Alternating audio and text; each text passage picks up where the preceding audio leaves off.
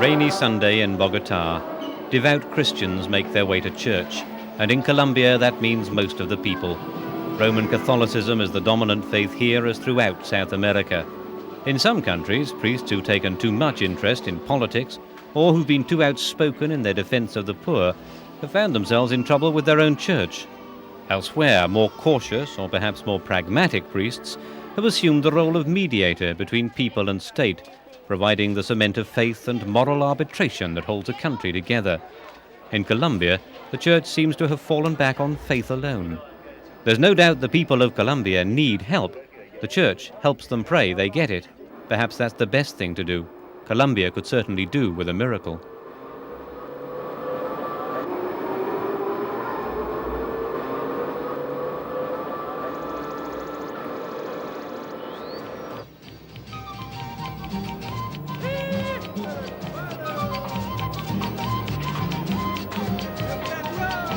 Colombia is not one of those countries, sadly common in Latin America, that's thrown up the occasional tyrant who chooses to rule through blood and fear. Here there have been surprisingly few coups d'etats, nor many military dictators. The last one was Rojas Pinilla, whose reign was mercifully short and who was deposed by the traditional parties in 1957. But the traditional parties of Colombia are strange by Western standards, effectively run by a small inner elite, yet surprisingly open to social forces. That's how they've been able, until recently, to absorb and integrate the various social movements that arose in Colombia without jeopardizing their political identities. Like other parties, they had their internal conflicts, but they also had their conversaciones de caballeros, their gentlemanly discussions which allowed reforms to go through. In this way, they've been able to continue in power and to dominate the army, whose influence is in political terms very weak compared with the armies of some South American countries. For the last 35 years or so, conservatives and liberals have reached what many politicians might regard as the perfect solution.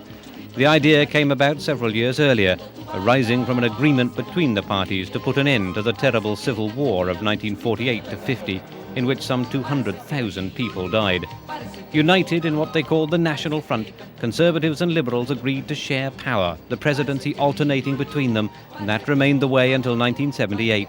The National Front has now disintegrated, but the power sharing remains. It's even written into the constitution of the country.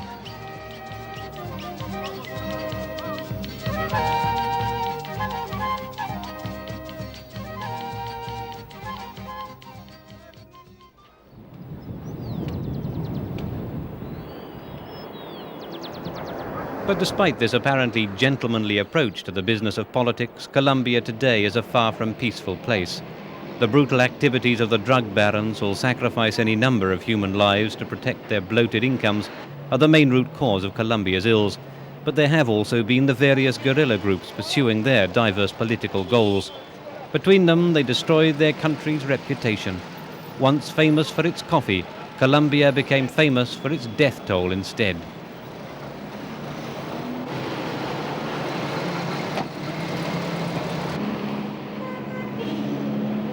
At the beginning of the 1960s, the Guajira Peninsula in the north of Colombia was covered with marijuana.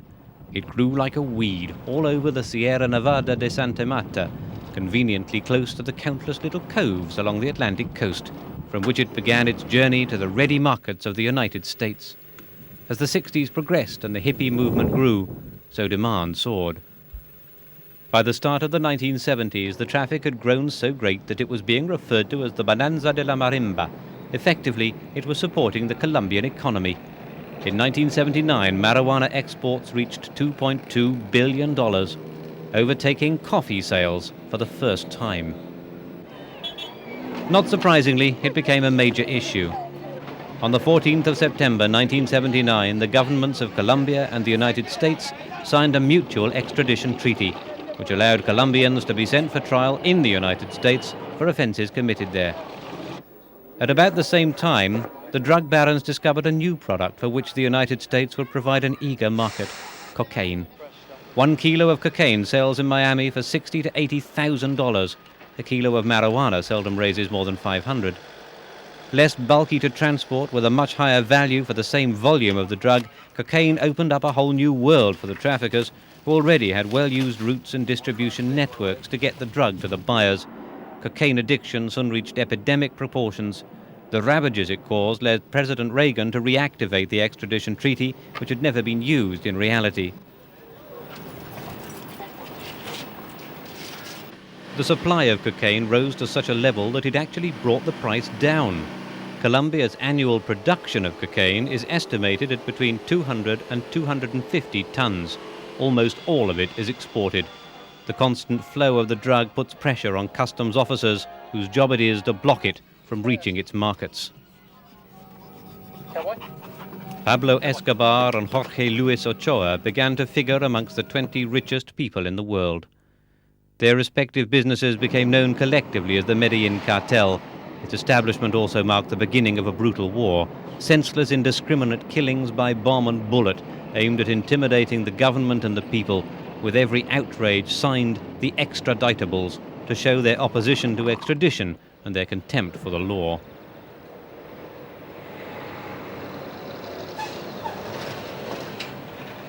The problem went on getting worse. The drug barons were too much for the police. The army were called in.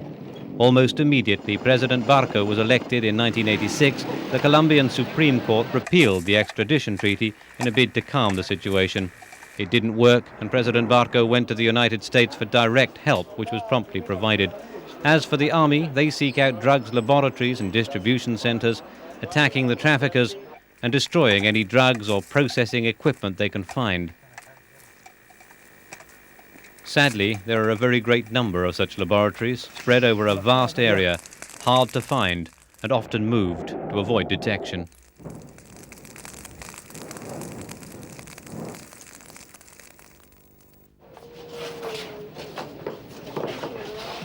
The assassinations continued, making the prospects ever more pessimistic. Meanwhile, voices were beginning to be raised in the United States over the apparent failure of Colombia's much publicized drive against the drug barons and their hired killers. But people in the United States, including the politicians, never took sufficient notice of a simple piece of logic put forward by an ordinary citizen in Medellin. When you have the choice between getting a bullet in the head or staying poor in the name of principles, and getting rich and living to a ripe old age, who'd choose the former?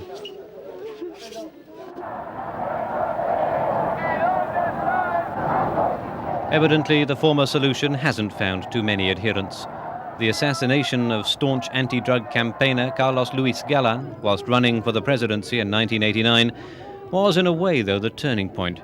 It led the present president, Cesar Gaviria, to try a different approach. He reached the conclusion that what Colombia needed was a reformed constitution, especially where it refers to extradition and amnesty, so the apparatus of state would operate on a sounder base.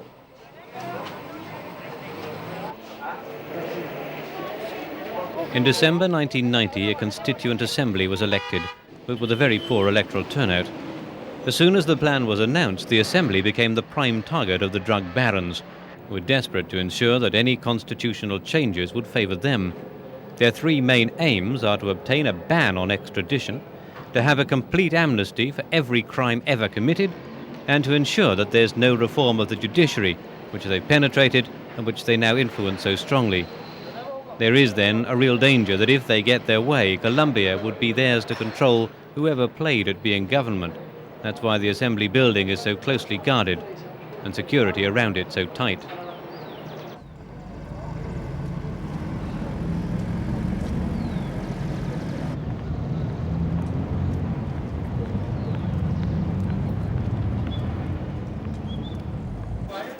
But there is one area of hope, and a significant one at that. The leftist guerrilla movements such as M19, the FARC, EPL, ELN and the others, who until recently controlled vast areas of the country and who often entered into tactical alliances with the traffickers, are gradually putting aside their weapons and turning to politics to influence their country's future.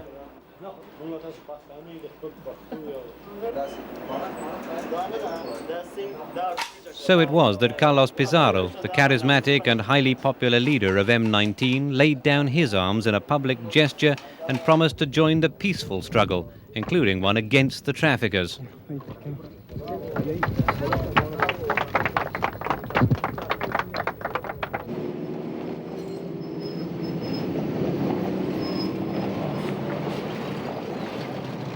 He traded his combat gear for a dark suit, but as might have been expected, the traffickers were quick to punish him.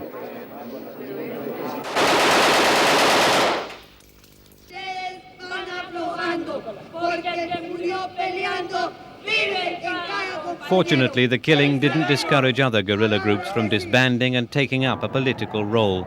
Some former rebels are now members of the Constituent Assembly.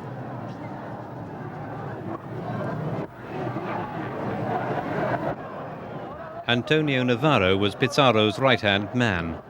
After the assassination, he founded the Democratic Alliance movement M19. He's also one of the 3 presidents of the Constituent Assembly.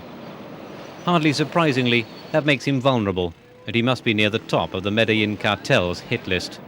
He's already survived 1 assassination attempt.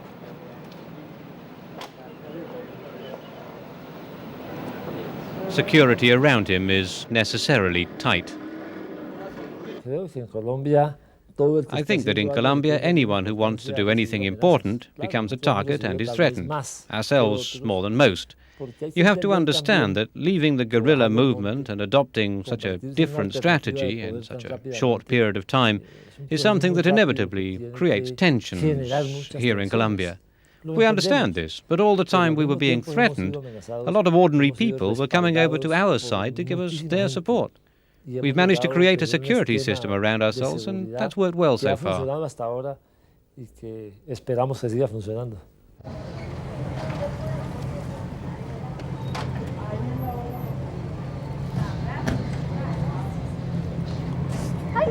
It's no secret that the drug barons are putting pressure on the members of the Constituent Assembly to try to ensure that any constitutional changes are to their advantage, or at least not to their disadvantage.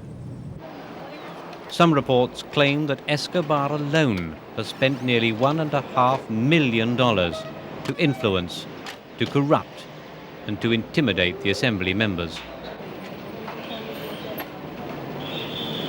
Certainly those members most vocal in their opposition to the traffickers have received very personal threats. People like leading liberal Carlos Lemos. What's happening is that in Colombia, getting involved in any sort of political work carries a high element of risk. I know many of the members of this assembly personally, and I can vouch for their honesty. But there are bound to be debates on what are, after all, sensitive issues. And when we reach that stage, we'll be working under the constant shadow of danger. Of course, this is bound to have an effect. We will need a lot of courage to take certain decisions and to vote against certain propositions. Because unfortunately, in our country, circumstances are such that it's no easy matter to hold opinions that go against the views of organized crime. It's going to be no easy matter either to put the resulting reforms into practice. Strictly speaking, many issues under discussion, such as extradition, amnesty and other controversial matters, shouldn't really be debated by a constituent assembly at all. Such a body doesn't officially have the legal powers necessary. The matters should be decided by Parliament, by the top judicial authorities or by presidential decree. This legal loophole has not gone unnoticed by the drugs barons or by the expensive top-flight lawyers they employ. The traffickers will use legal niceties as callously as they plant bombs or use intimidation.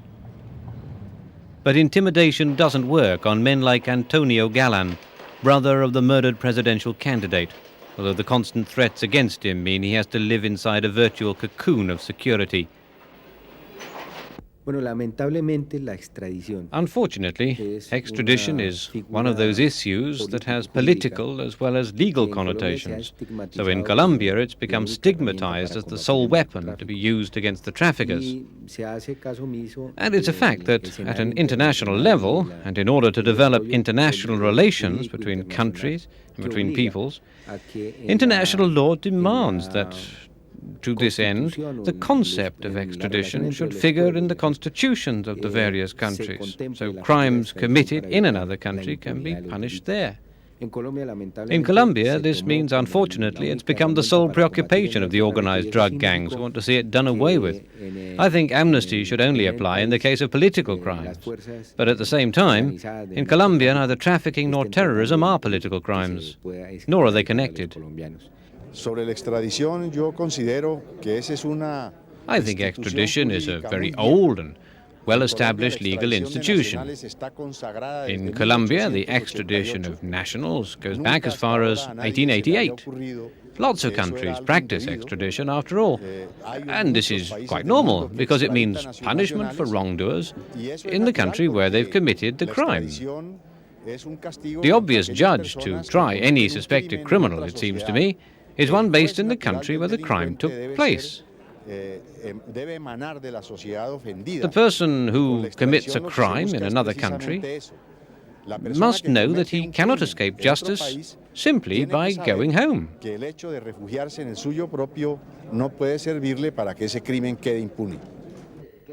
But even the most ardent opponents of the traffickers accept there's no legal basis in Colombian law for extradition, and they tend towards the pragmatic view that another solution may have to be found.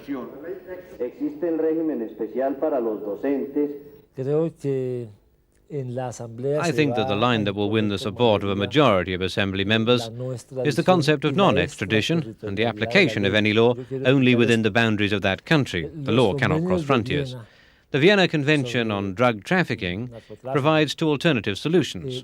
Firstly, there's extradition of your own nationals to stand trial elsewhere.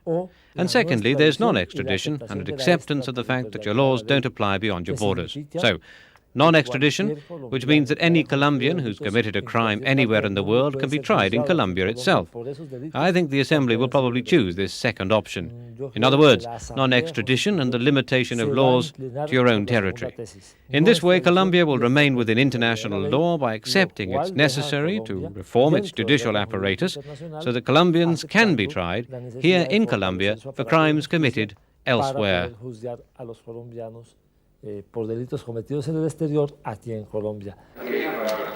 As time progresses, the fervor to extradite the traffickers to the United States is giving way to a more cautious approach.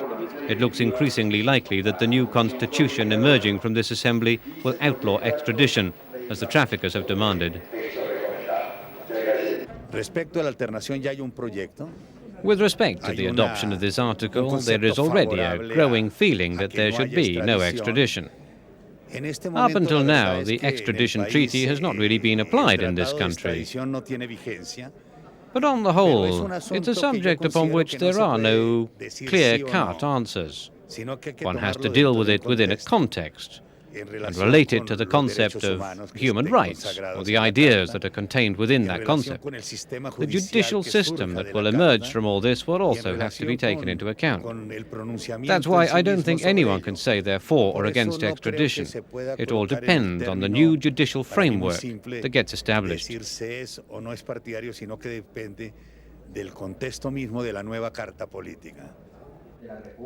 The reform of the whole constitution was the idea of this man, who saw it as a means of defeating the traffickers through the use of the law. Here we've arrived at a diagnosis of the crisis based on the Colombian constitution, which was written 100 years ago, and also because there was a whole series of phenomena we'd never had to face before. Before, we used to defer important and fundamental political decisions because the Constitution made no reference to the issues involved. It was simply out of date. The present government has shown it's possible to found an extradition policy, whether negative or positive, on the basis of existing legislation. That's why it's important to create decisions that have a constitutional character. This is an academic discussion, for the simple reason that how many constitutions in the world make extradition completely illegal? This government has been able to carry on by effectively banning extradition without modifying the accompanying legislation. By the way things seem to be going here, the Assembly will probably vote for non-extradition, surely, and with no major problems. The first thing the Constituent Assembly decided was to ensure that the results of their labours couldn't simply be shelved. There was talk of the new constitution requiring ratification by Parliament or being amended or overturned by the President. So the members voted to give themselves sovereign power. It was an historic vote, and undoubtedly added to the burden of the task. It's easier to take decisions when someone else can still veto them. If you have the final say, you have to get it right. The importance of the assembly to Colombia's future is fully understood. The meetings get live television coverage, and an eager press notes every word. But the fact that the assembly is taking place at all is thanks in no small measure to the security personnel and bodyguards who protect the members taking part. Most of those members, or certainly those most opposed to the drug barons, have been threatened. Keeping them alive is a deadly dangerous task, involving more than normal dedication. These people are certainly not in it for the money. They also know they're helping give their country a future by guarding those who have to shape it. Always there's a fear of the sicarios, the hired killers on motorbikes. Those protecting Dr. Navarro are former members of his guerrilla group. My mission, in fact, is simply to protect someone's life, a person who represents an important ideal for this country. I think this is very, very important.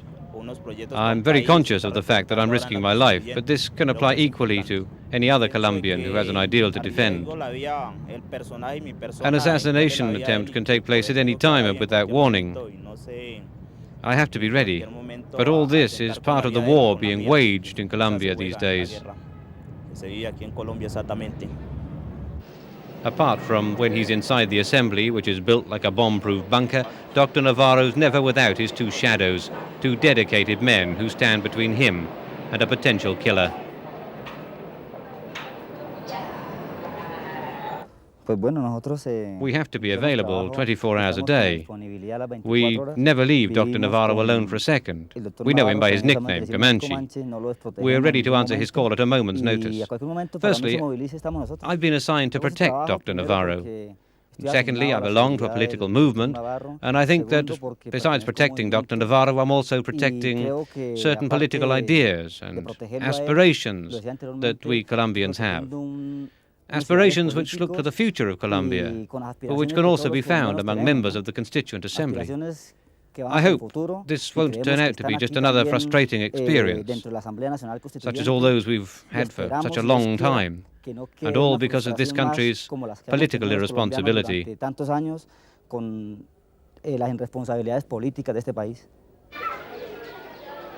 Political irresponsibility affects life at all levels in Colombia.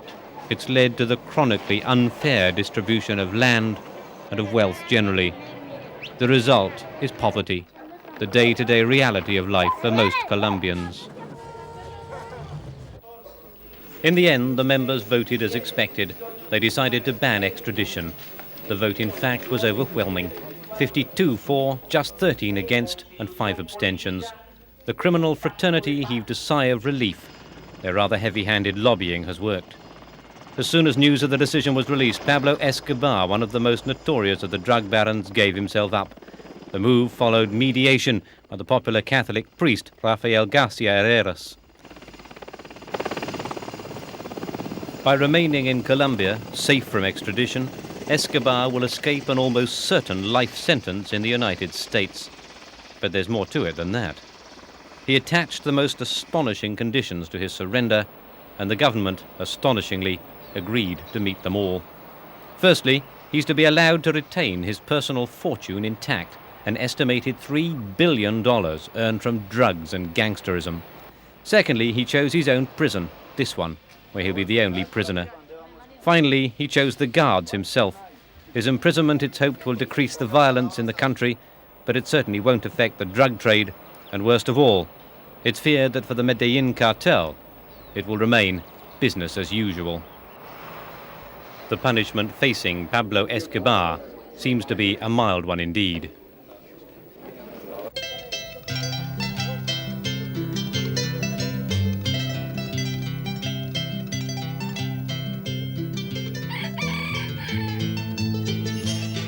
Now that the extradition ban has been passed, the drug barons have very little to fear. The judiciary, after all, can be influenced. Judges are offered a simple choice: lead or silver. In other words, death or bribery. Bribery is a far more attractive choice. But the rewriting of the Constitution took place in Bogotá. Most Colombians live out in the rural regions of this vast country, They'll have to wonder how the decisions taken in the capital will affect them and whether there'll be enough to hold this country together.